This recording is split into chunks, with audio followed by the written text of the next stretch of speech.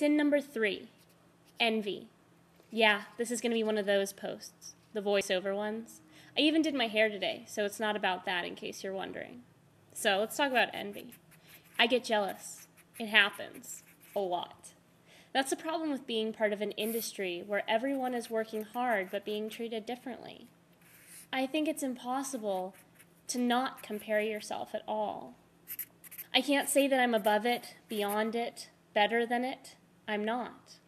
I get jealous all the time. But I'm starting to learn that there are 3 reasons why it's just not worth your time.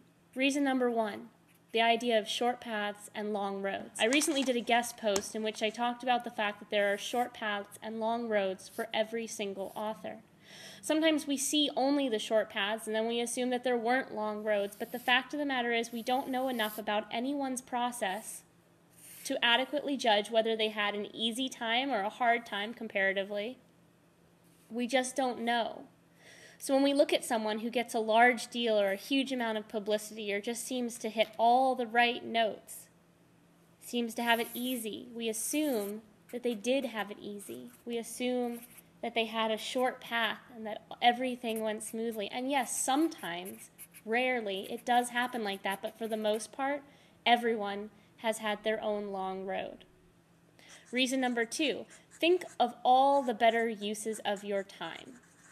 Honestly, when you think about how much time you spend stressing, wondering, coveting, envying, you could be making cookies.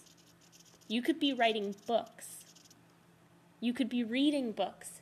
You could be outside gathering fodder for your own stories. Pet a cat. Pet 2 cats. Reason number 3, it's out of your control. No, seriously. It's probably the biggest waste of energy in the world, worse than idling cars or plastic bottles or what have you.